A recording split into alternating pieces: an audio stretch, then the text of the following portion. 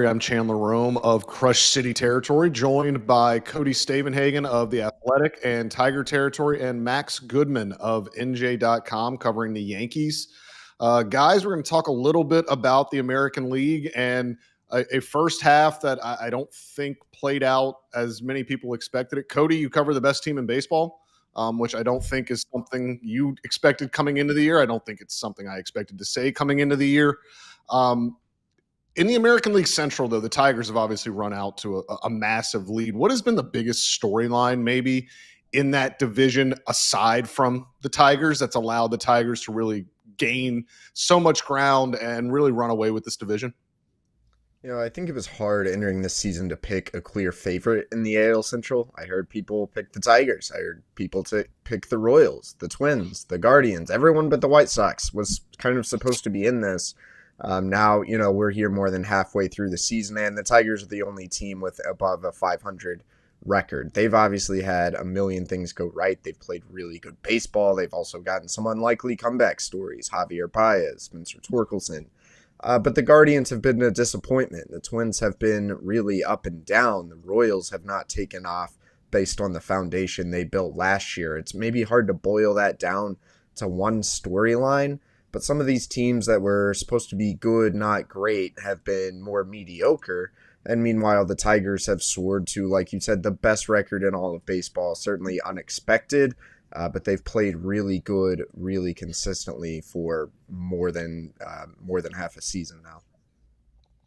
Max, the AL East, always rife for storylines. There's never a shortage of. It's never boring in that division. The Yankees they began the season, really got out to a nice little lead, and then the Blue Jays have come on very strong toward the end of this first half. What have you sized up about the AL East, maybe from top to bottom, that has the Yankees right now in a position to get a wild card spot, but certainly not in a position to win that division?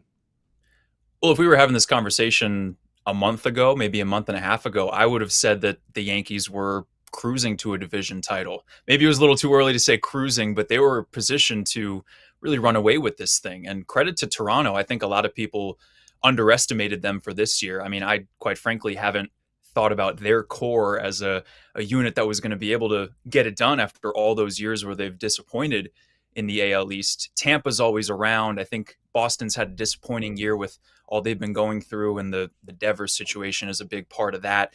I guess they could still be in striking distance, but they've got certainly a lot of work to do. And the Orioles are one of the biggest stories and disappointments in baseball. With they're in the cellar, they're going to be sellers at the deadline probably, and they've got such an impressive young core that this is a wasted year for them. But the Yankees it's been a high and low type of season for them, right? I mean, they've got Aaron Judge, they've got Max Fried. A lot of guys have been stepping up on that team, but they definitely have holes, and we've seen with their basically annual summer swoon that they go through that this is not a perfect roster. So they've definitely got some work to do before the trade deadline.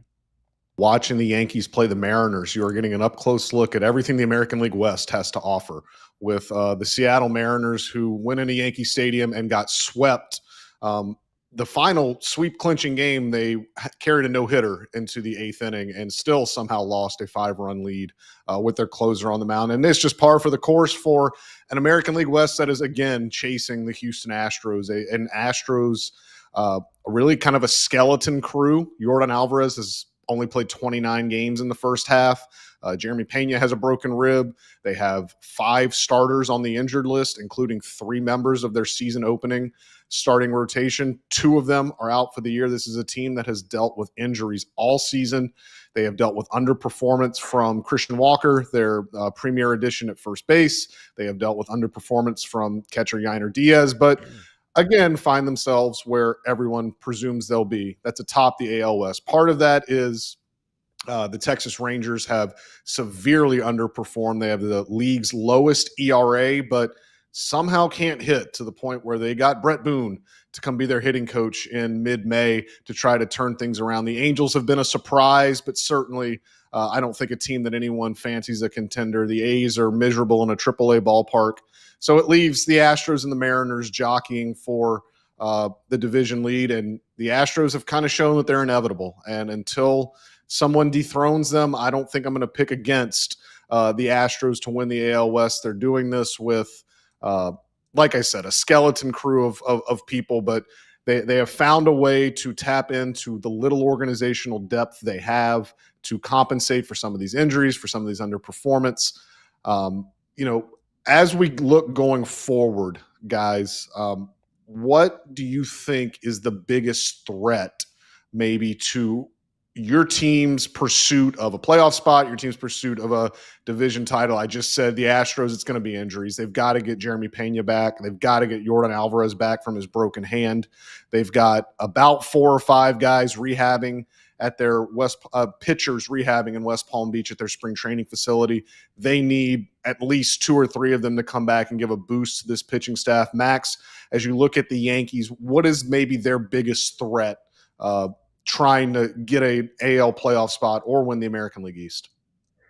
I mentioned that they have a lot of work to do. I think it comes down to the injuries and the holes with this roster. And Yankees GM Brian Cashman spoke recently about the trade deadline, and even he admitted that he's got quite a hefty shopping list that he's going to have to try to take care of here. And they're going to go to town this month of July and try to upgrade this roster. But there are no guarantees that you're going to be able to bring in a third baseman, which was a weakness even going into this season. Finally, they cut ties with DJ LeMahieu, but a mix of Oswald Peraza and Yorbit Vivas is not going to cut it at third, especially not offensively.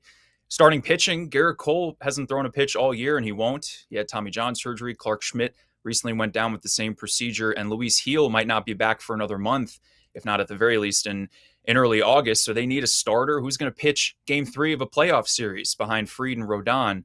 And then the bullpen too, man. It's been a rough go for that bullpen over the last several weeks. Devin Williams has distinguished himself as the true closer for them, and Luke Weaver is still that setup guy, but you're missing Mark Leiter Jr., Fernando Cruz. They're both hurt. Jonathan Loaizaga has not looked like the old version of himself this year, so they got to go out and get reinforcements, not only to have more high leverage options, but to get to October, because you don't want your best late inning guys to burn out too early. Cody, biggest threat maybe internally or externally to the Tigers and their, as we just have talked about, their best record in baseball. What's maybe their biggest threat the next couple months of the season? Yeah, at least in regards to the AL Central, I'm not sure they have to worry much about an external threat. Last year, the Tigers overcame near insurmountable odds. They had 0.2% playoff chances in August. That's nearly inverse now. They have enough to weather anything that might go wrong in the second half. But if we think bigger, if we think the American League at large, how can the Tigers maintain the best record in baseball and win the AL? I think you really have to look at their pitching.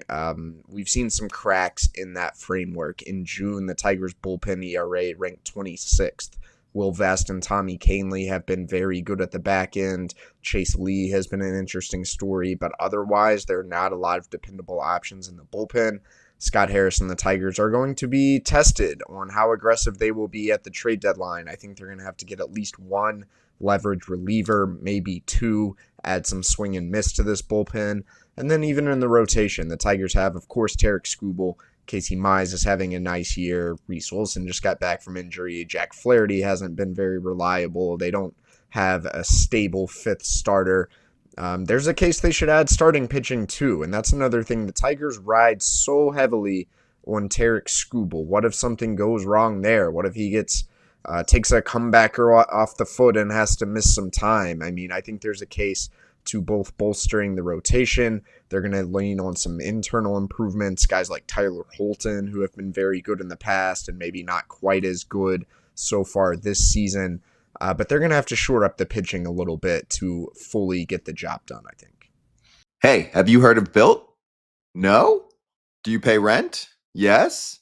Okay, good. Let's talk. There's no cost to join, and just by paying rent, you unlock flexible points that can be transferred to your favorite hotels and airlines, a future rent payment, your next Lyft ride, and much more. When you pay rent through Built, you unlock 2 powerful benefits. First, you earn one of the industry's most valuable points on rent every month. No matter where you live or where your landlord is, your rent now works for you, and you gain access to exclusive neighborhood benefits in your city. Built's neighborhood benefits are things like extra points on dining out, complimentary post-workout shakes, and much more. Unique experience experiences that only Built members can access. And when you're ready to travel, Built points can be converted to your favorite miles and hotel points around the world, meaning your rent can literally take you places. So if you're not earning points on rent, my question is, what are you waiting for? Start paying rent through Built and take advantage of your neighborhood benefits by going to joinbuilt.com/foul. That's joinbilt.com/FOUL. Make sure to use our URL so that they know we sent you. Cody, I'm insanely jealous. You get to watch Tarek Skubal pitch every fifth day. Max, I'm insanely jealous. You get to watch Aaron Judge take at bats every day. You two guys cover not probably, you cover the best pitcher in baseball. Cody, Max, you cover the best position player in baseball. So the answer to this next question can be pretty obvious for you guys, but I want you to think outside the box a little bit. Why are the Yankees best positioned to exceed in October, Max? And Aaron Judge can't be your answer. Can I say the offense as a whole? Sure. Okay. I'll say the offense as a whole. I think you mentioned the Brian Wu game, and I think that's a perfect example here, that this offense is really never out of a ball game, and they can put up crooked numbers like the best of them. And that summer swoon that they've seemingly emerged from was a sign of the fact that it's an imperfect offense in the sense that they do struggle at times with situational hitting. But when they're firing on all cylinders, when Giancarlo Stanton is leaving the ballpark, when you're getting more production from those youngsters who have stepped up this year, Ben Rice, Jason Dominguez, when the veterans, Cody Bellinger has looked great this year, the whole Plan B experience trying to figure out who's going to step up after losing out on Juan Soto in free agency. Paul Goldschmidt's had a pretty solid season too. A lot of the guys that they've brought in have performed and in many cases exceeded expectations. So the left side of the infield, it's been a disappointing year for Anthony Volpe. And again, third base is still a black hole on offense for the Yankees. If they can bring in a slugger to play third and shore up that spot, then this offense really has the ability to beat any pitching staff out there. Granted, you face Detroit in the playoff series and you've got Skubal for 2 or 3 games, then it gets a little tougher and you wonder if it's enough. But the upside of this Yankees offense can take them all the way through October. Cody, you can't take Tarek Skubal out of the equation. He's obviously going to be a big reason the Tigers excel in October if they do. But maybe outside of Skubal, what is the Tigers' best attribute that will allow them to excel in October? Yeah, in like a 5-game ALDS, having Skubal, pretty good built-in advantage. But if you're looking to win a 7-game series, that's more where the Tigers are geared this year. I think that's where it's worth considering the fact they're really well-rounded. This is not a perfect team. I just talked about some of the weaknesses in the pitching staff. It's not a lineup full of stars and guys we think of as traditional sluggers, but they've had success. They've had a good offense, but they do a lot of little things well. They go first to third at the highest rate in baseball. They get the platoon advantage nearly as often as anyone in baseball. They have a manager in A.J. Hinch who has both won in the postseason before and is regarded as one of the best tacticians in the sport. I think you look around and it's hard to make a case there's another team as well-rounded as the Tigers. The Astros are always a looming threat, but the Tigers beat the Astros in the playoffs last year. This is a better Tigers team. At least on paper, I'm not sure it's a better Astros team. The Yankees, man, there's some star power there. There's some slug there, but we've already seen midseason like how quickly things can go wrong in the Bronx. The Mariners are an interesting team. The Jays are an interesting team. I think there's still a lot that could change in the second half in the American League, but I think the Tigers' well-roundedness, the way they do the little things, is going to serve them well and give them a chance to compete with anybody. Yeah, on paper, Cody, this is a worse Astros team than the one that lost to the Tigers in the wild card series last year, but somehow they have a better record, and somehow they have soared to 17 games above 500. How that happened is what will allow the Astros to succeed in October. They have 2 of the best starting pitchers in baseball, and Hunter Brown and Framber Valdez in a 7-game series. If you can get 4 starts out of them, that's an advantage that not a lot of teams will have. They have 2 of the best relievers in baseball and setup man Brian Abreu, closer Josh Hader, who is pitching like every bit of the $95 million closer the Astros believed they were getting last season. So when you can shorten a game in the postseason with those 4 arms, you have a pretty good advantage in October. But I think the Astros' biggest advantage in October is twofold. One, it's Jose Altuve, who is Just a steady heartbeat, a guy that will enter this October second all time in postseason home runs behind Manny Ramirez.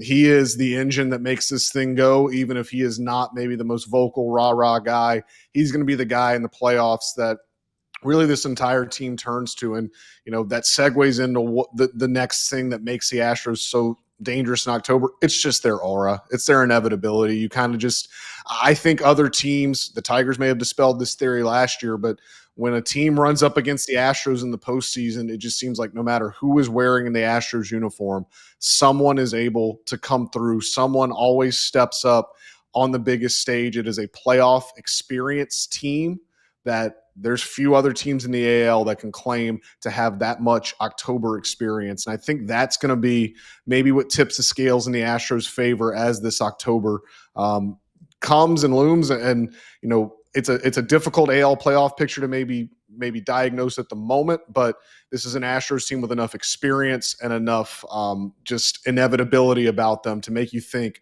they have a deep run in them.